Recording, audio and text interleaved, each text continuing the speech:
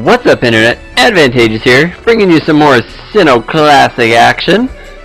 In this episode, I'll be showcasing a couple more of my battles, pretty much from the first day, but it went rather well, so I won't waste anybody's time. I'll get it started. So, this one, yeah, the battles got even crazier here. So this was my favorite lead, Crest Togekiss. Big problem that I had was fake out users would kind of stop it just because Togekiss does not have Protect. But it was alright. So I knew an Ice Shard was coming my way from this Mammo. I was guessing it was the only ice attack it had. So I switched on to Scizor to deal with it, which was fine. And then the Rotom tricks me, Choice Specs. And I'm just like, oh, okay. That's not too bad because I am actually an offensive, not a supportive offensive Crest, which was pretty cool. So this Mammo goes for Ice Shard again, and I'm wondering, are you banded? It could be, or maybe he just thought he's gonna get taken out by this Bullet Punch, which surprisingly he didn't. And so they're gonna double up into my Scizor and actually take it out, which is kind of crappy. So Crest comes out. He's gonna Ice Shard me again, which is starting to make me believe that he's banded. As I am gonna get a Dazzling Gleam off with my Choice Specs Togekiss, and that does a lot. And then I'm gonna go for a Choice Specs Energy Ball. So breaking the rules. I got 2 Choice Specs. Haha.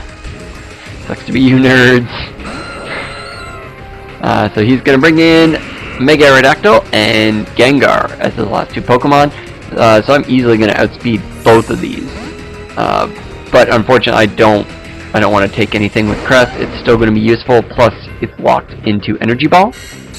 But I'm just gonna stay in here with Crest or with Togekiss. I'm just gonna go for Dazzling Gleam, which does a ton. And the Aerodactyl is going to go for the Rock Slide, which will definitely take Togekiss out. It is max health, but no HP investment whatsoever. And then obvious Shadow Ball from the Gengar is obvious. And that's going to do a lot to me, because he gets a crit.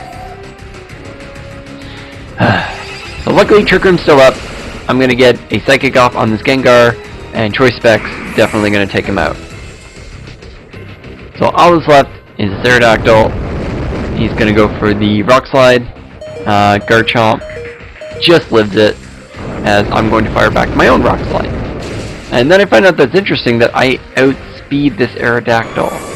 I'm like, how is that possible? Aerodactyl's so fast. So unless it was adamant nature? I don't know how that works. But pretty quick little battle. Just kind of shot for shot, but that's what happens. I'm guessing that was a banded Mamoswine. I don't really know, so I'm going to load up the next video here. And so it's Crest Togekiss, but I didn't lead that way this time, as obviously, and then Arcanine Azumarill this time.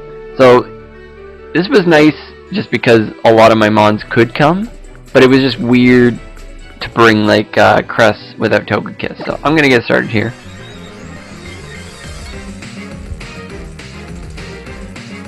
But I do like my lead options. I do like having Arcanine, obviously, but big problem here, Arcanine is both of these are not invested, but they can still do damage. They can at least take a hit and then dish a hit back, which is nice.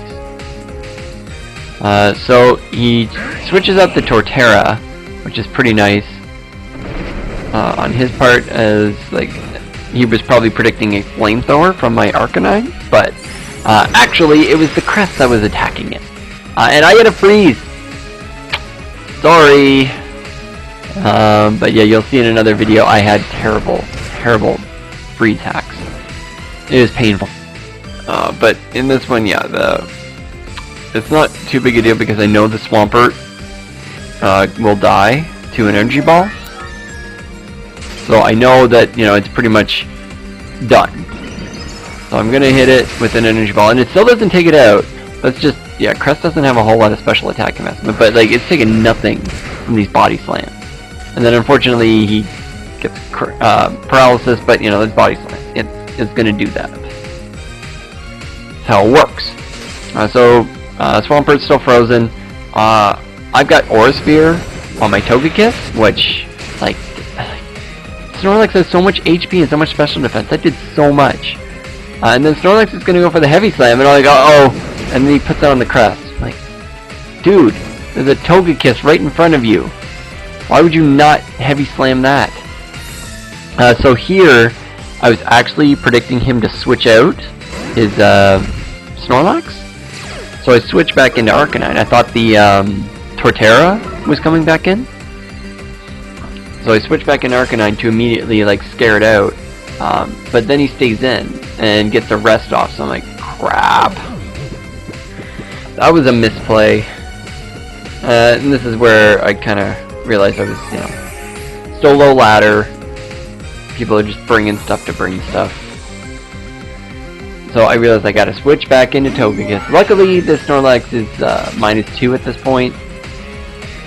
So finally, I'm just gonna take the Swampert out because I realize it's gonna wake up at some point and hit me really hard.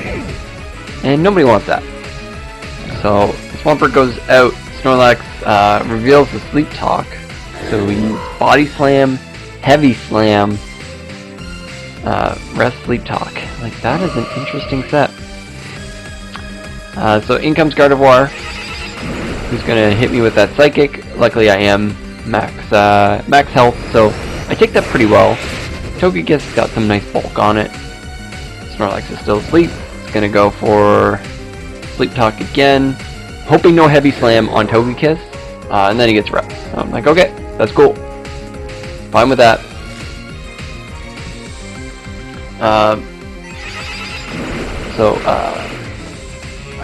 The Gardevoir, it's in there, it's continuing just to get those Psychics off. They hurt pretty much. I don't know what it is. I don't know if it's Scarfed or not. But I'm going to take Snorlax out and Crest gets the Trick Room out. And then he's going to bring in his Torterra. I've got Ice Beam on my Crest. I'm now the slowest thing on the field. But this Torterra's got Quick Claw! Like, what? Why do you have Quick Claw? So it's hard sometimes, and I get paralyzed. So yeah, it's hard about being on the low ladder. It's just you end up facing stuff like this. And that Aura Sphere does a ton. Because I'm just pretty much sacking Togekiss off. I'm Specs, I can't change up my move, but I don't want to bring in Arcanine into a hit like that. Even though it's pretty bulky. So I am going to get the Intimidates off. I'm only going to let only really matters to Torterra. Or Torterror. So Crest being the fastest thing on the field because of Trick Room. It's going to get that lovely Ice Beam off and finish Torterra off. So I do believe all that's left is this Gardevoir, which I am going to Will-O-Wisp, just because Arcanine is not really invested. This Gardevoir's got Synchronized, but that really doesn't matter. Because he can't really touch me. So he gets a special defense drop on that Psychic, which really sucks. Unfortunately here, Crest gets paralyzed. I think the best thing I had for it was Ice Beam. I actually have Snarl on my Arcanine, which is great because it negates that special defense fall. So really, I'm just sort of guaranteeing myself the win at this point, just by trying to whittle this Gardevoir down. So Crest gets paralyzed again. So now I'm just like, come on game, don't do this to me. Like, I know this Crest probably is probably Scarfed into Psychic. That's what it seems to be because it hasn't changed up its move. So if that's true, like, it can't really touch my Cresselia. Trick Room runs out here. I'm going to Protect with Arcanine and try to get the Trick Room up. But as you'll see here, Crest gets paralyzed for the 3rd time in a row. I'm like, Crest, come on, bro. And like it doesn't matter anymore, just because Gardevoir's got 2 more turns, and there's no way it can take my crest out. I think even if he double critted me, as I get paralyzed for a 4th turn in a row. Like, it's 25%. Are you bloody kidding me? And then Azumarill's here, and yeah, Aqua Jet's gonna take him out. So it didn't even matter. This game, it just kind of delayed the turns a little bit more, but it was just so annoying. I'm like, come on. Come on. So, I'm gonna take both those battles. Yeah, the battles that I lost were just stupid. So, they were just against really, like, terrible teams. And I just don't understand how I lost them. They were just so bad just because I'm ready to handle, like, a really good team. And it's just I'm fighting all these chump teams and chump. But this team is pretty effective. As you can see, really handles everything. It's got a good move pool overall. Like all the, like, it's just got good coverage all around. I like it. It was really powerful. So I hope you guys enjoyed this video. And there's one more Sinnoh Classic video coming your way. So hope you look forward to it. And I'll see you in the next one. Bye bye.